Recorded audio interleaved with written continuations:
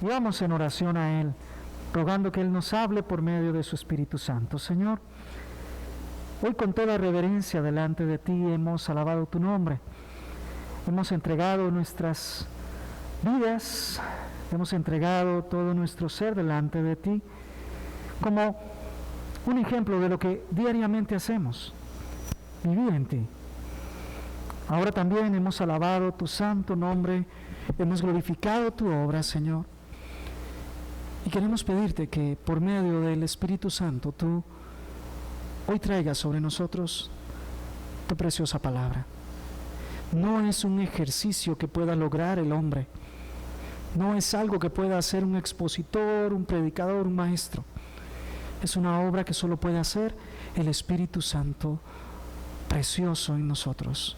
Así que rogamos que abra nuestra mente para comprender y que abra nuestro corazón para aprender lo que tú tienes en esta mañana. Te pedimos la asistencia y lo hacemos en el nombre de Cristo Jesús. Amén. Me acabo de desprender del cubrebocas solamente porque está autorizado que al momento de la predicación lo pueda hacer. Así que los demás sí tenemos que mantener el cubrebocas como parte de las medidas. Ahora, entrando a la predicación, quiero recordar por dónde venimos. Estamos siendo expuestos al Evangelio según Mateo. Y ha sido tan glorioso poder llegar en este momento al capítulo 27, en donde estamos asistiendo a cómo el Señor iba a desarrollar esa última parte de su obra, de la obra redentora. Y el título de mi sermón en esta mañana es de la condena a la ejecución, glorioso sustituto. Resulta muchas veces indecible lo que puede pasar por la mente de una persona que es presa, que ha sido presa y que está sentenciado a muerte, mientras ocurre desde la sentencia de condena al momento en que es ejecutada esa persona. No podemos comprender lo que pasa por la mente mientras está ocurriendo ese periodo de tiempo. Muchos le llaman a eso el corredor de la muerte. Y los pensamientos en esa parte de la vida de un ser humano tienden a desbordarse. Normalmente son pensamientos de enojo, de ira, contra sí mismo en algunas oportunidades, pero en la mayor cantidad de oportunidades están enojados, sienten ira y rencor contra aquellos que los descubrieron, contra aquellos que los acusaron o incluso contra aquellos que lo condenaron. En todo caso, este sufrimiento que hay en lo interno del alma de una persona que sabe que va hacia la muerte y que no hay remedio, le provoca un sufrimiento adicional. Pero un sufrimiento que de todas maneras no va a tener ningún resultado favorable, porque al final siempre va a ir a la muerte y va a terminar sus días. Llega la ejecución sin remedio y pasan las cosas sin gloria alguna. Pero nosotros vamos a ver que contrario a esa experiencia, nuestro Señor Jesucristo pasó también de la condena a la ejecución de esa condena. Y siempre mantuvo su majestad, su honor, su dignidad, pese al trato que estaba recibiendo en ese tiempo. En completo silencio nos muestra el Señor Jesús su honor, su realeza, para que nosotros aprendamos a observarlo a Él y aprender de Él y no tanto observar a los demás y lo que está ocurriendo alrededor, aunque todo ello es parte también del cuadro que nos presenta la palabra. El gozo que fue puesto delante de la presencia de Dios le hizo llevar a Jesucristo el proceso sin levantar la voz, sin oponerse, sin pensar en ira contra aquellos que lo habían acusado, sino que se sometió voluntariamente porque sabía que al final había una gloria que lo estaba esperando. Él sabía que era el Salvador y que al fin entregar su vida era parte de la victoria. Pasar por ese corredor de la muerte era parte del plan eterno para salvar al hombre y mostrar en ello la gloria de Dios. Quiero invitarle, vamos conmigo al verso 26 y vamos a leer hasta el verso 32. Y con esto nos vamos a poner un poco en contexto. Lo que estuvimos viendo la semana pasada fue cómo él fue puesto delante de Pilato para que Pilato hiciera un juicio de él. Y ya vimos que ese juicio infame resultó en una condena.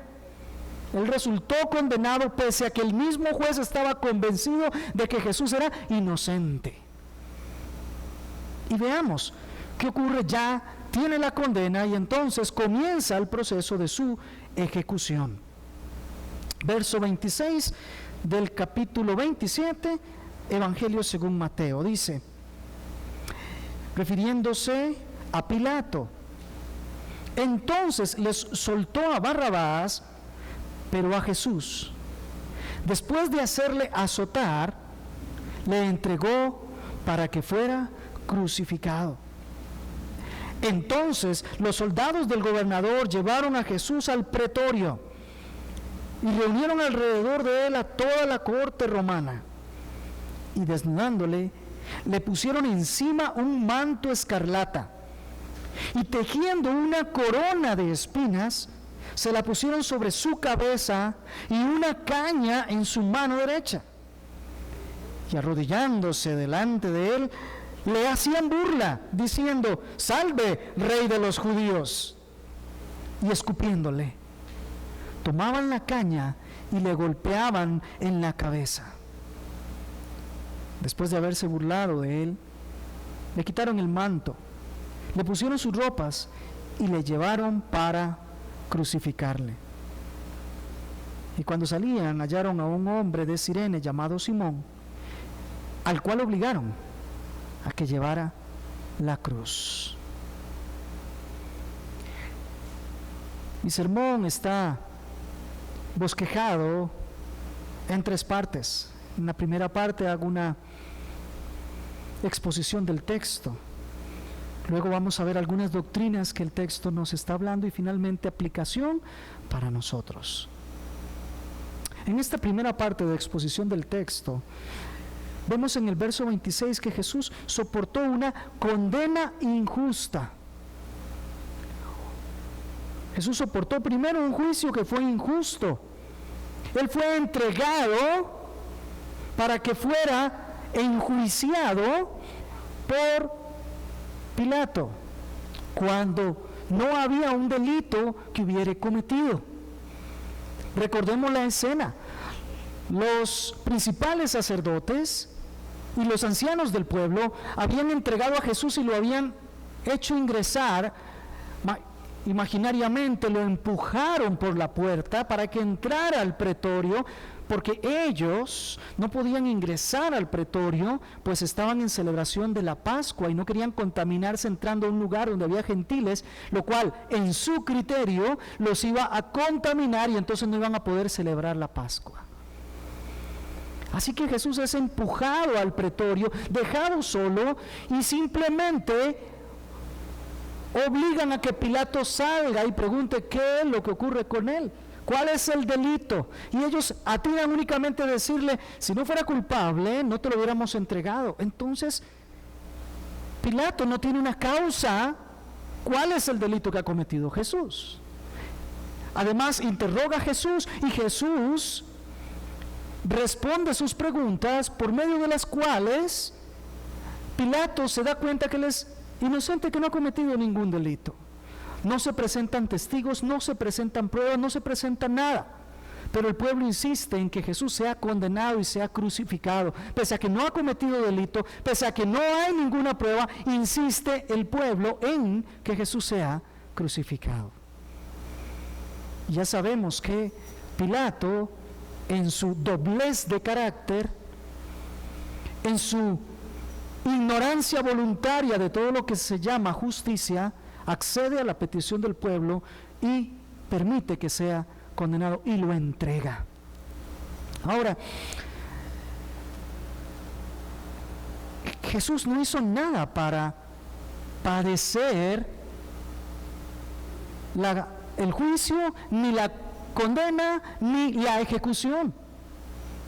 Si nos ponemos a observar qué había hecho Jesús durante su vida, lo único que hizo fue anunciar el Evangelio a los necesitados, dar de comer a los hambrientos, sanar a los enfermos, resucitar a los muertos, regresar a la comunión social a aquellos que tenían lepra por medio de un milagro y presentar el reino de los cielos a la humanidad. Jesús no había cometido absolutamente ningún delito, Él es perfecto, no había pecado. Sin embargo, es interesante ver a Jesús sometiéndose y soportando un juicio injusto, una condena injusta, una ejecución injusta, una muerte injusta que no le tocaba a Él. Y lo impresionante es que Él todo lo soportó sin abrir la boca en contra. Un juicio injusto, un juez injusto, un gobernador que sabía que Jesús era inocente y aún así lo condena a la muerte.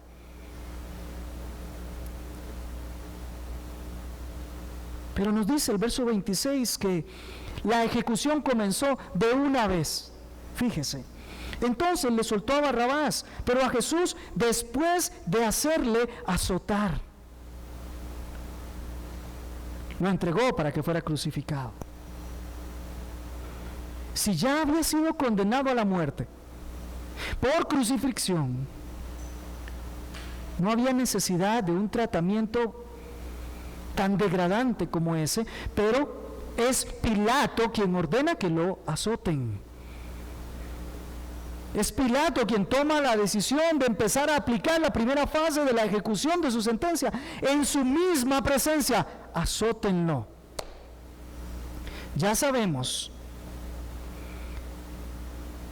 que si bien el pueblo judío aplicaba los azotes en la espalda como una disciplina para el desobediente, y estaba limitado a solo 39 azotes, según Deuteronomio capítulo 25 y verso 3. Recuerden que el látigo era de 3 tiras, entonces cuando se había golpeado la 13ª vez, ya habían 39 golpes ahí y ya no se golpeaba más. Porque dice Deuteronomio 25, capítulo 25 y verso 3, que si se daba algún azote adicional, entonces ya se entraba en la degradación del ser humano. Ya el hombre empezaba a ser tratado menos que un ser humano. Se violentaba la dignidad mínima que tiene un hombre como ser humano. Por eso no se pasaba de 39 azotes. Era lo suficiente, era lo necesario.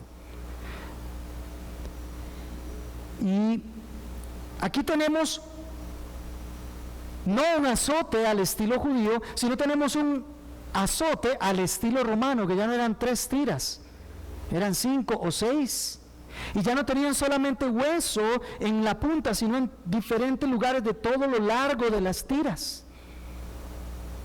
y no había limitación.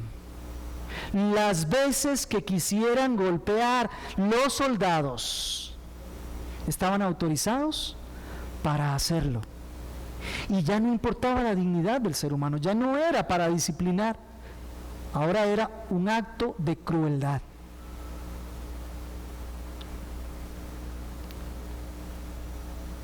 Durante la ejecución, veíamos la semana anterior, se desnudaba a la persona y sus brazos eran amarrados normalmente a una base de piedra. Era amarrado sus brazos, al otro lado su cabeza era bajo sus brazos, de tal manera que la espalda quedaba completamente descubierta.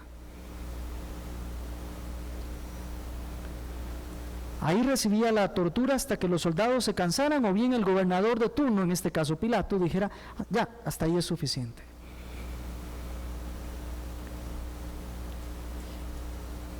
Es decir, estaba ocurriendo la mayor injusticia que la humanidad podía hacer. Tomar a su Dios creador, al que le sustenta la vida, al que solo bienes le ha hecho, y llevarlo a condenarlo por no haber cometido ningún delito y empezar a azotarlo con crueldad, como forma de decirle gracias por todo lo que ha hecho. Claro que esa es la pura maldad humana, la mayor injusticia que se estaba haciendo. Pero visto no desde la óptica de la maldad humana, la depravación total del hombre, sino visto desde la panorámica divina. Recordemos que Jesús es el Rey de Reyes y Señor de Señores. Él estaba en control de todo lo que estaba ocurriendo en ese momento. Desde la óptica divina se estaba dando cumplimiento a la profecía que está en Isaías capítulo 53, versos 6 al 8. Todos nosotros nos descarriamos como ovejas, nos apartamos cada cual por su camino, pero el Señor hizo que cayera sobre él la iniquidad de todos nosotros. Fue oprimido y afligido, pero no abrió su boca. Como cordero que es llevado al matadero, y como oveja ante sus trasquiladores, permanece muda. Él no abrió su boca. Por opresión y juicio fue quitado. Y en cuanto a su generación, ¿quién tuvo en cuenta que él fuera cortado de la tierra de los vivientes por transgresión de mi pueblo, a quien correspondía la herida? El Señor estaba cumpliendo lo que ya el profeta había anunciado que se tenía que cumplir, y eso es que Él iba a llevar sobre sí mismo las heridas que nos correspondían a nosotros. Entiéndase que si usted y yo hubiésemos estado frente a ese tribunal, ustedes y yo justamente hubiésemos sido condenados. ¿O aquí hay alguno que nunca haya cometido un pecado? Por favor, que me levante la mano. No digamos 1, digamos 5. O digamos 100. ¿Se da cuenta que todos esos azotes, sí, justamente es el producto de nuestro pecado? Éramos nosotros los que teníamos que estar ahí estirando nuestra espalda para recibir esos azotes. Éramos nosotros los que merecíamos esa condena y esa crucifixión. Éramos cada uno de nosotros. Pero Jesús hace algo tremendo. Jesús soportó lo que a nosotros nos correspondía soportar, si es que hubiéramos podido soportarlo. ¿Qué pasa una vez que Jesús es azotado? Verso 27, entonces los soldados del gobernador llevaron a Jesús al pretorio y reunieron alrededor de él a toda la corte romana. El pretorio no era otro que el patio interno de la casa del pretor romano. Jesús fue sacado de la presencia de Pilato y fue llevado no afuera, sino que Jesús fue llevado a una sección interna de la construcción, probablemente la Torre Antonia, y allí sirvió de espectáculo público a los soldados romanos. Ya lo habían azotado, ahora lo llevan a otro patio contiguo y aquí va a servir de burla para los soldados romanos. Fue llevado ante la corte romana. Luego de haber sido flagelado, se reunió toda la compañía de soldados. No vamos a decir que estaban todos los soldados romanos, ni siquiera todos los soldados de Judea, ni siquiera todos los soldados de la ciudad de Jerusalén, pero sí había un grupo de soldados que es dicho aquí por Mateo como la corte romana, otras versiones como una compañía de soldados. ¿Y qué pasa? Cuando un reo era condenado a muerte por crucifixión, ya no era tenido como una persona digna, ni siquiera ya no era válido como un ser humano, ya no tenía derechos. Ya era una persona que era menos que un ser humano a los ojos de los soldados romanos. Ya no había dignidad, no había que respetarle absolutamente nada.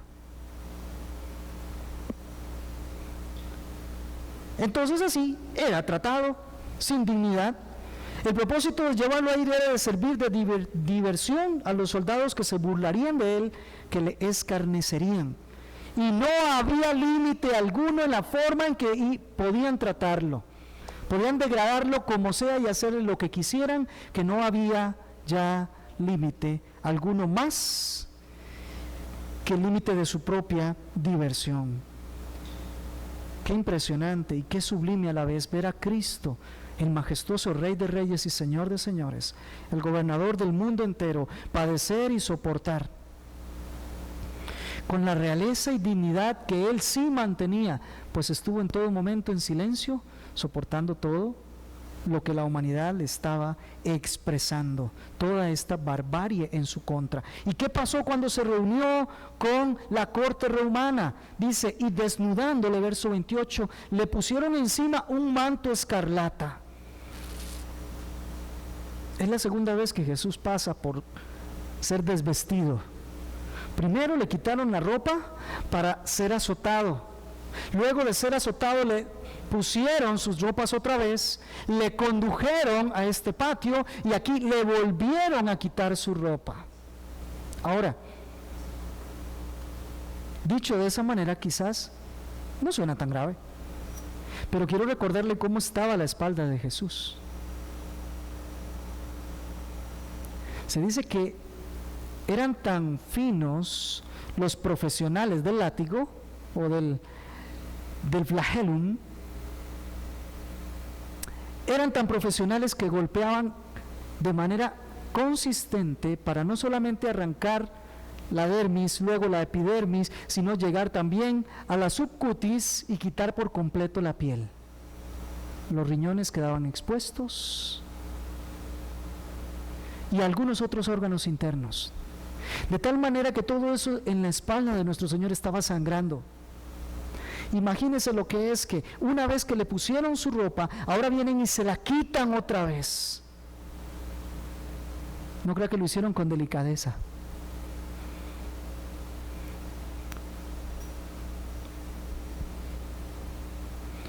Y comenzaron las burlas. Ya la habían flagelado, ahora le quitan los vestidos manchados de sangre y le ponen un manto escarlata. Otras versiones dicen un manto granate, o podríamos decir casi púrpura, por ahí anda el color. Y le tiran un manto para iniciar las burlas a nuestro Señor Jesucristo. Vamos a ver. La colocación de ese manto fue para simular que Él era un rey, para hacer una parodia de lo que es el vestido o el manto real. Los reyes usaban mantos de color púrpura, finos, pero en este caso a Jesús le dan un manto que fue encontrado por ahí en el momento en que querían divertirse con él. Ahora, la costumbre babilónica, griega, y después romana, de que los reyes usaran un manto color púrpura, ya nosotros la tenemos documentada incluso en la Escritura. En el capítulo 6 del libro de Esther, vemos como el rey Asuero, para congraciarse con Mardoqueo, él hace que le entreguen una serie de bienes, y entre esos bienes él mismo se desprende, el rey Asuero, de su propio manto y se lo pone a Mardoqueo en señal de agradecimiento por lo que Mardoqueo había hecho por el rey. Y en el capítulo 8, verso 15 del mismo libro de Esther nos dice que ese manto era manto de color púrpura, el manto real. Aquí los soldados, para burlarse de Jesús y escarnecerlo con desprecio a su persona, le ponen un manto de color escarlata simulando el manto del manto real, y que probablemente provino de alguno de los que los soldados tenían ahí ya desechados,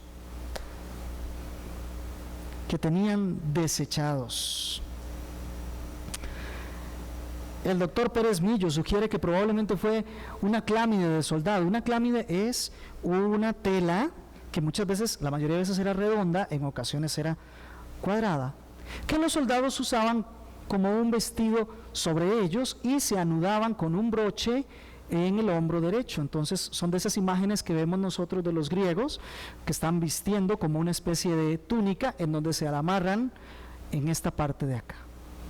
Probablemente algo similar a eso. ¿Se lo pusieron porque creyeran que eso era mejor para Cristo? ¿Porque eso le cubría mejor que sus ropas? No, es que era el inicio de las burlas. Era para decirle, tú te dices que eres el rey, entonces te vamos a dar un manto real. Y siguieron las burlas. Y tejiendo una corona de espinas, verso 29, se la pusieron sobre su cabeza y una caña en su mano derecha, y arrodillándose delante de él, le hacían burla, diciendo, salve, rey de los judíos. Estaban creando toda una simulación de la figura de un rey. Le pusieron una corona, primero le pusieron un manto, luego le pusieron una corona, y luego le dieron un báculo o una caña que la pusieron en su mano derecha, y después le hicieron reverencia como que fuera un rey. Y todo para burlarse de nuestro Señor Jesucristo.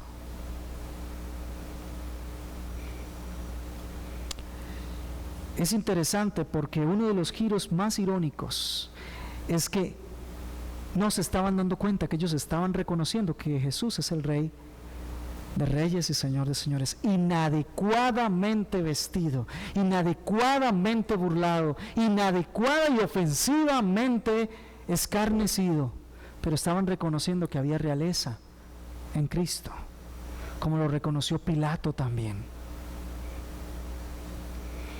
La burla ahora es entrelazar una corona de espinas para simular una corona real y ponérsela a Cristo en su cabeza, probablemente a la altura de las sienes.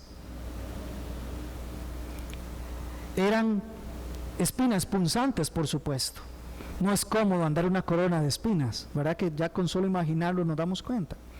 Igual, muy probablemente rompía la parte exterior de la piel, incluso quizás un poco más, porque esta piel es muy delgada. Y eso punzaba y provocaba no solo el dolor, sino que la sangre también siguiera saliendo. Y resulta de mucha importancia darnos cuenta que la corona que llevó Jesús fue de espinas. ¿Por qué?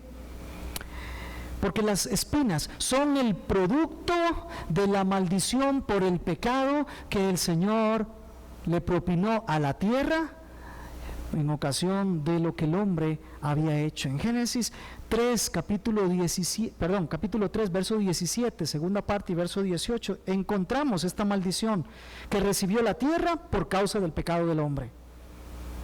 Déjeme decirle que la tierra produzca espinos y cardos es parte del resultado del pecado del hombre. Dice así: maldita será la tierra por tu causa, con trabajo comerás de ella todos los días de tu vida, espinos y abrojos te producirá y comerás las plantas del campo.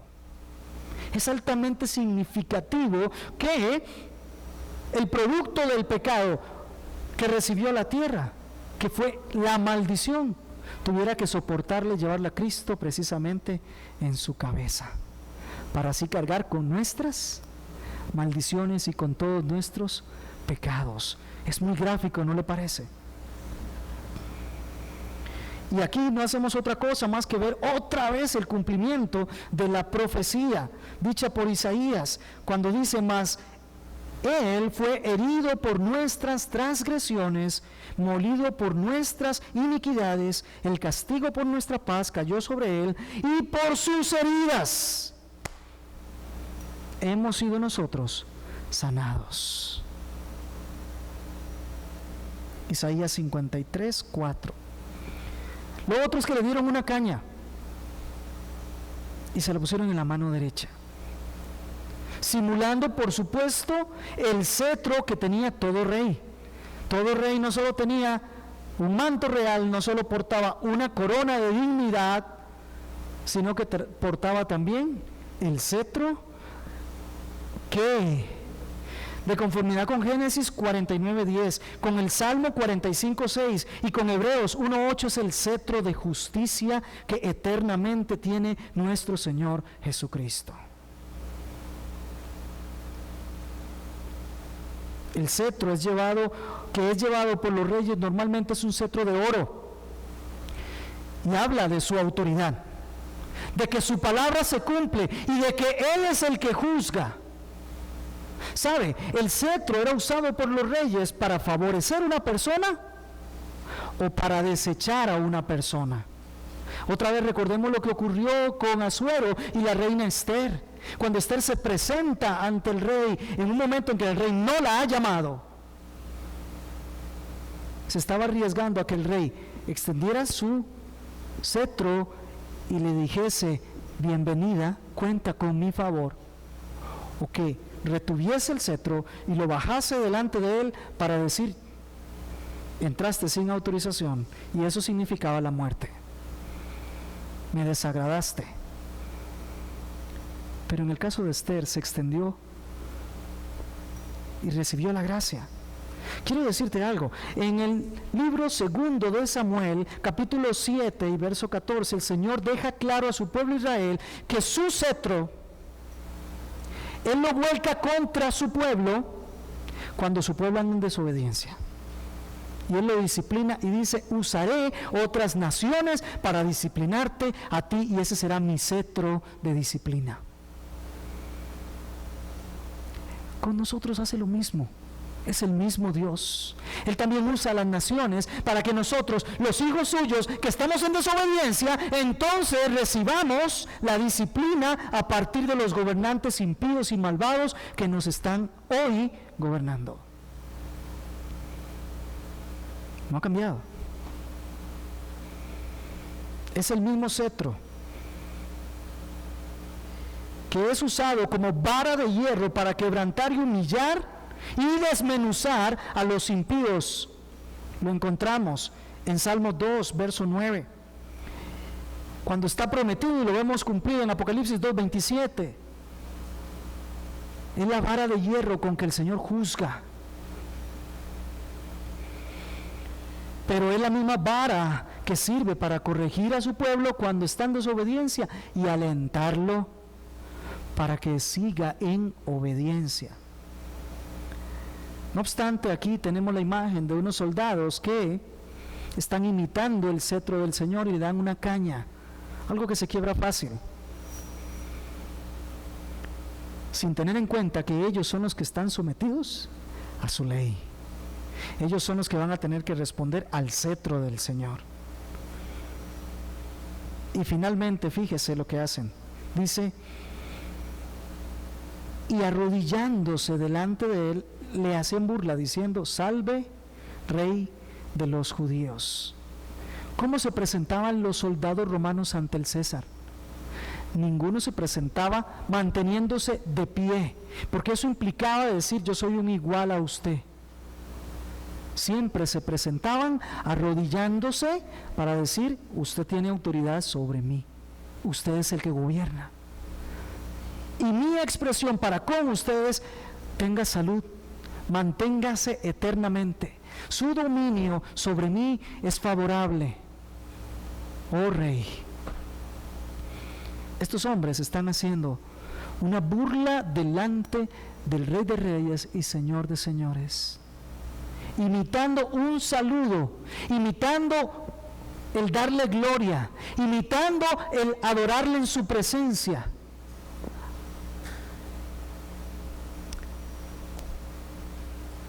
Una vez más, estos hombres no se dan cuenta de lo que están diciendo, porque a la verdad están diciendo y reconociendo que Jesús es el Rey de Reyes y Señor de Señores. No se están dando cuenta del testimonio que ellos están haciendo para nosotros y para toda la humanidad al reconocer en Cristo al único Rey, aunque lo estaban haciendo en son de burla. Condenación es para ellos cuando el Señor baje su cetro, su báculo en su contra. Nosotros, los creyentes, sabemos, estamos seguros de que va a venir el día cuando todos los infames que estuvieron en esa corte van a tener que de verdad doblar su rodilla y proclamar que Jesús es el Rey de Reyes para gloria de Dios Padre, junto con toda la creación.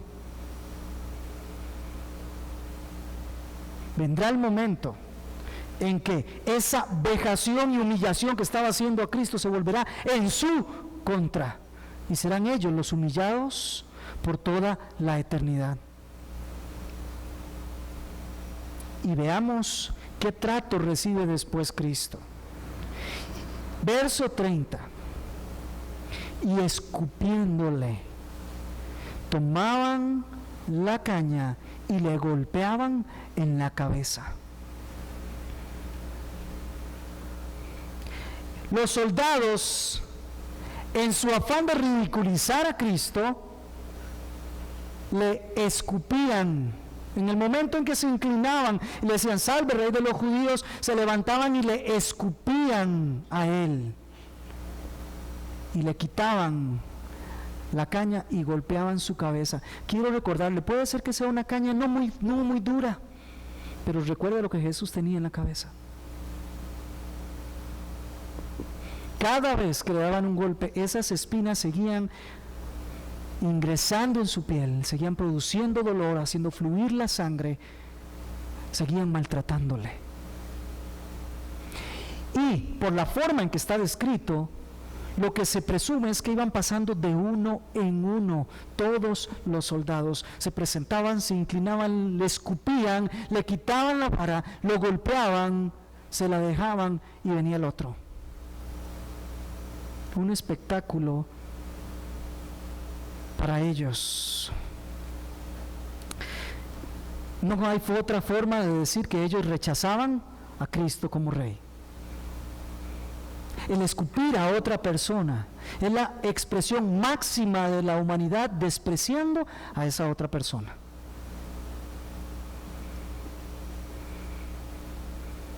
Y Cristo soporta este trato indigno. No se enreden. Hace apenas 15, 16 horas atrás, a Cristo llegaron a apresarlo allá en Getsemaní, y cuando él ve que viene la turba con soldados, él sale y les dice: ¿a quién buscan? Y ellos dicen: a Jesús, y él dice: yo soy. Y nos dice el texto que todos cayeron, no soportaron el peso de estar ante la presencia del Señor. Todos cayeron como si se hubiesen todos desmayado, todos quedaron sin fuerzas, porque estaban delante del Rey de Reyes y Señor de Señores, y en su presencia nadie puede permanecer de pie. Él es glorioso, Él es majestuoso, Él es santo, puro y digno. En su presencia toda rodilla se tiene que doblar. No hay un igual a Él. Este es el mismo Jesús que 16 horas después, 15, 16 horas después, está permitiendo que los hombres se burlen de él. Ellos creen estar dominando la situación, pero no se dan cuenta quién es el que está detrás de eso. No se dan cuenta que todo lo que están haciendo no es más que el fiel cumplimiento de lo que el Señor ya había dicho. Ellos están siendo usados por la gracia y la gloria, por el decreto y el beneplácito de Dios para ser los instrumentos que darían cumplimiento a la entrega de nuestro Señor Jesucristo. No les exime la responsabilidad, porque están actuando en su maldad, están actuando en su impiedad. No les exime. Pero quien está en dominio y control de todo lo que estaba ocurriendo era Cristo el Señor. Recordamos lo que le dijo a Pedro: ¿no crees que si yo pidiese 12 legiones de ángeles, mi Padre de inmediato me las daría para que me defiendan? Pero aquí Él, con toda la majestad, con toda la autoridad, Él usa de bondad y misericordia para no impedir que las burlas se den.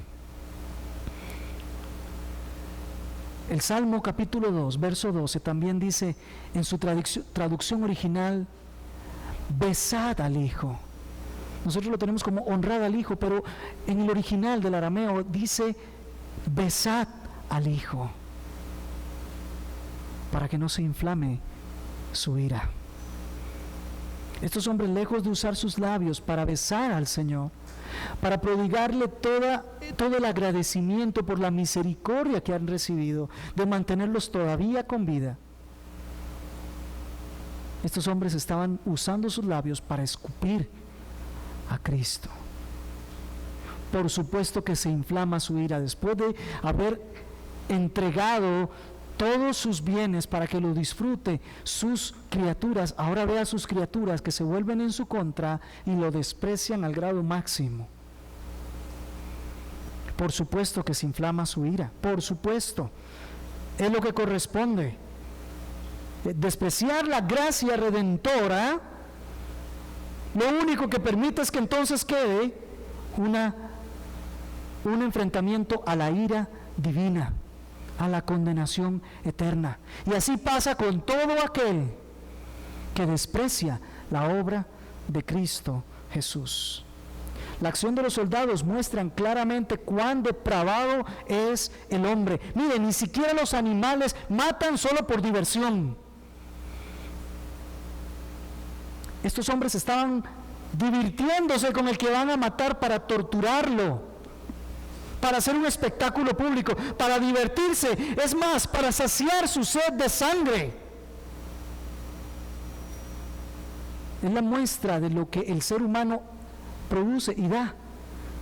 Algunos dicen ahí que todavía creen en la bondad del hombre. ¿Cuál bondad del hombre? Muéstreme dónde está la bondad del hombre. La palabra de Dios nos dice que no hay bueno ni aún uno. Y yo le creo al Señor. Pero después veo la humanidad y digo, no hay bueno ni aún uno. Yo incluido.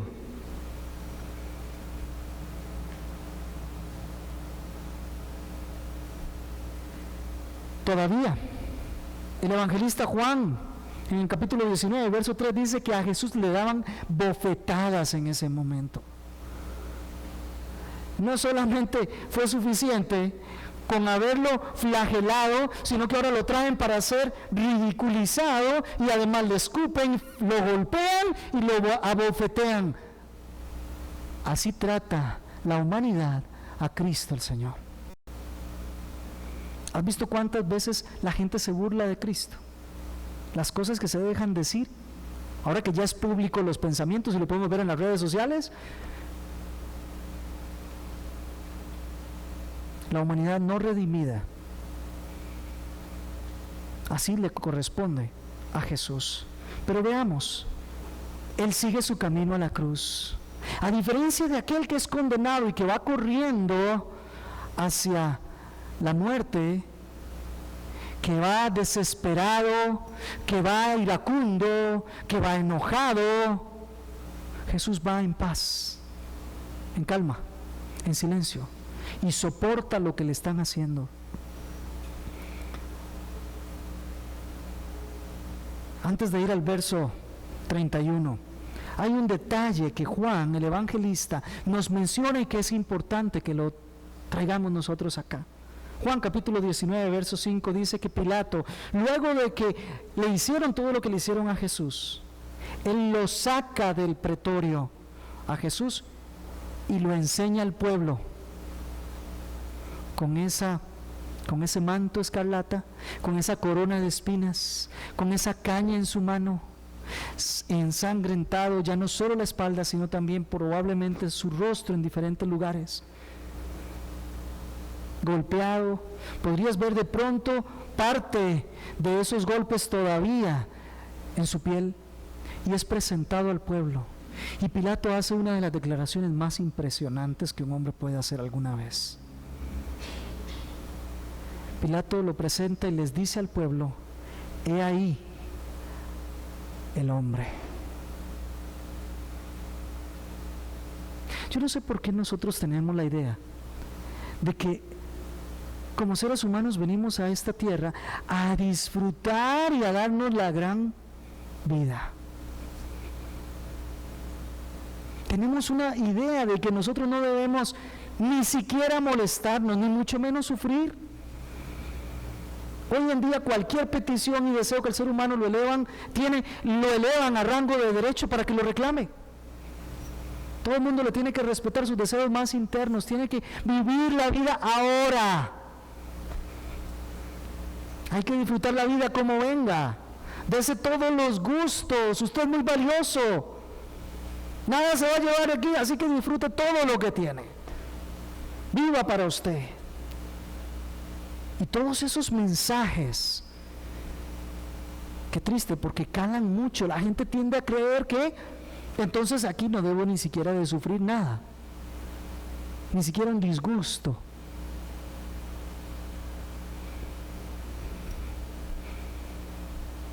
¿Quieren saber cuál es el modelo del hombre? Pilato lo presentó y dice: he aquí el hombre. Ese es el modelo del hombre. Jesús dijo claramente: en el mundo tendréis aflicción. Y ahí está el modelo. Ese es nuestro Señor Jesús. Es nuestro sustituto, llevando todo lo que nosotros debíamos haber llevado. El hecho de que ahora nosotros estemos en Él no significa que ya no vamos a sufrir. Significa que estando en Él, el sufrimiento está asegurado. Pero conforme las bienaventuranzas que vimos hace un rato. Bienaventurados cuando sufren y son perseguidos por causa de mi nombre. He aquí el hombre, dice Pilato. Aquí está el rey. El hombre, aquí se los presento. ¿Qué ves? ¿Qué piensas cuando ves a Jesús vestido con un manto viejo, golpeado, sangrando, y es presentado? ¿Qué opinión tienes?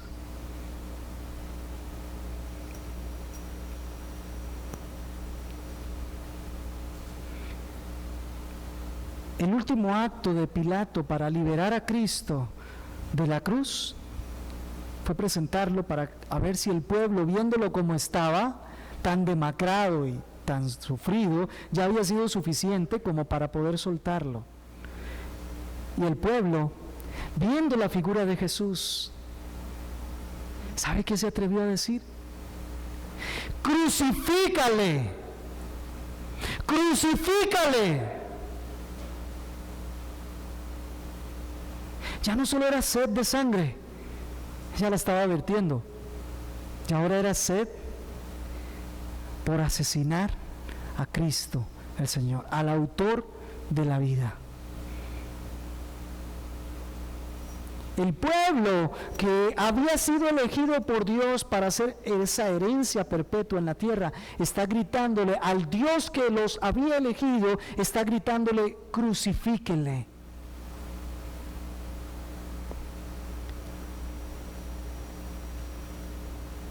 Qué impresionante. No se da cuenta otra vez a quién tiene enfrente. Es el Rey de Reyes y Señor de Señores. Es el que tiene toda autoridad en el cielo y en la tierra y debajo de la tierra. Él podía desaparecer a todos en ese momento y nadie tenía temor de él como para siquiera por lo menos quedarse callado, sino que va en su contra, exigiendo la muerte de Cristo. ¿Sabe? Así vive el impío, exigiendo que Cristo no exista, que Cristo esté muerto. Y por ahí algunos filósofos han escrito la muerte de Dios. Prefieren matarlo para que deje de molestarles en su vida, para que deje de corregirles, para que deje de estar mostrando lo que es un verdadero hombre. Porque ellos no viven en santidad, porque ellos no buscan la verdad, porque ellos no aman en verdad. Como Cristo sí lo hace, los deja en evidencia y por eso la gente busca destruir a Jesús. Hoy vemos a los impíos queriendo decir que ya nosotros vivimos en una época que se llama post-cristiana. Ya superamos el modernismo y ahora venimos a la era post-cristiana, es decir, ya Cristo ya pasó, ya fue algo que quedó en el pasado. Si ni las puertas del Hades podrán contra la iglesia que está testificando de Cristo, menos podrán los hombres contra el Rey de Reyes y Señor de Señores. ¿Quién no va a desaparecer? Él es el que reina y vive por los siglos de los siglos. Pero la gente seguirá queriendo quitárselo de encima. Ahora cuidado, cuidado, mucho cuidado, porque eso se espera de los impíos, nunca de un creyente. Hoy en día es triste porque estamos viviendo un ateísmo práctico. ¿Recuerdan esa frase? El ateísmo práctico. Personas que dicen ser creyentes pero viven como ateos. Y si habla como ateo, piensa como ateo y vive como ateo, podrá venir a la iglesia todas las veces que quiera.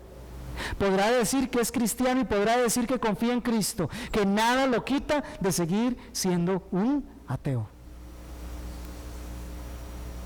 O dicho en palabras más, quizás bíblicas, por más que diga que es un cristiano, sigue siendo un impío, un incrédulo, desecha a Cristo de sí mismo y prefiere verle muerto antes que gobernando su propia vida. Prefiere verle muerto antes que dirigiendo todo lo que hace. Sus inversiones, su tiempo, su cuerpo, lo desechan y gritan, crucifíquenle, pero sin palabras. Regresamos, Mateo 27, ve al verso 31. Después de haberse burlado de él, le quitaron el manto, le pusieron sus ropas y le llevaron para crucificarle. Ya se cansaron de las burlas, de abofetearlo, de escupirle, de golpearlo. Ya lo exhibieron públicamente para denigrarlo todo lo que fuera posible. Cansados de eso, le quitan el manto que le habían puesto en escarnio, le pusieron sus propias ropas y lo llevaron hacia el lugar donde iba a tener la crucifixión. Ahora sale de la casa, sale del pretorio, sale de ese lugar y va fuera, no solo de la casa, sino de la ciudad, al lugar en donde está preparado para ser crucificado.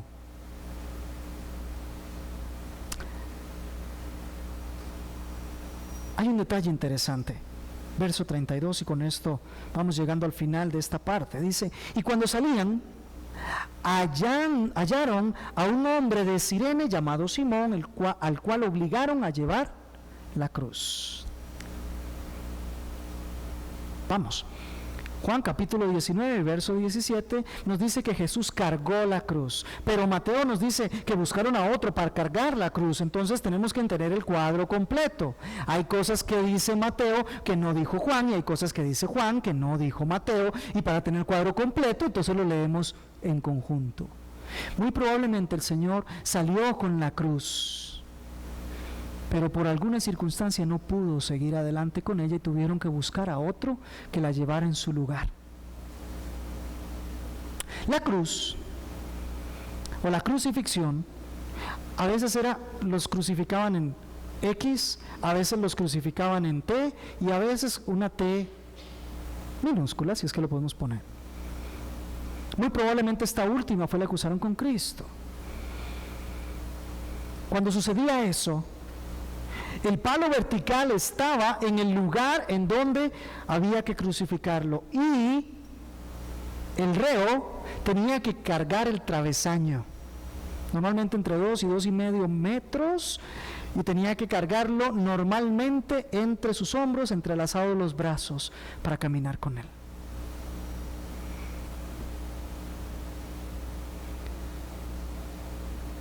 Aquel lugar que nosotros conocemos como el Calvario, ya castellanizado, ¿verdad?, de una palabrita que proviene más bien del hebreo Gólgota, que después pasa al griego y latín, y la palabra es cráneo, para nosotros Calvario, o monte de la calavera. Al principio Jesús cargó la cruz, pero aquí solo vamos a un nivel de especulación. O bien cayó en su momento, como la tradición católico-romana dice, no 3 veces, muy probablemente solo una. O bien su paso era tan lento que hubo necesidad de llamar a otro para que pudiera cargar la cruz. Recuerde, había sido flagelado, había sido golpeado, llevaba corona de espinas y tiene 15 horas de estar siendo sometido a un tratamiento vejatorio. Por supuesto que, siendo como es 100% hombre, estaba cansado, sus energías se agotaban, sus fuerzas se agotaban. Y entonces es llamado uno que viene del campo, Simón de Cirene, para que él sea el que cargue la cruz, siguiendo a Jesús, como nos dice Lucas capítulo 23, verso 26. Para seguir a Jesús. ¿Y usted sabe por qué lo hicieron los romanos? Los soldados romanos, no crea usted que lo hicieron por una razón de humanidad. Ahí no hay nada de eso. Ahí se trata del espectáculo público para hacer burla y escarnio de él. Si mantenían a Jesús llevando eso, era probable que quizá no aguantara o soportara llegar al monte de la calavera para ser crucificado. Ya sabemos, muchos reos ni siquiera salían vivos del flagelo en su espalda, de los látigos, ni siquiera de ahí salían vivos. Pero aquí tenemos uno que, además de ser azotado, fue golpeado, fue abofeteado, fue escupido, está cansado, no ha comido absolutamente nada y va cargando ese peso.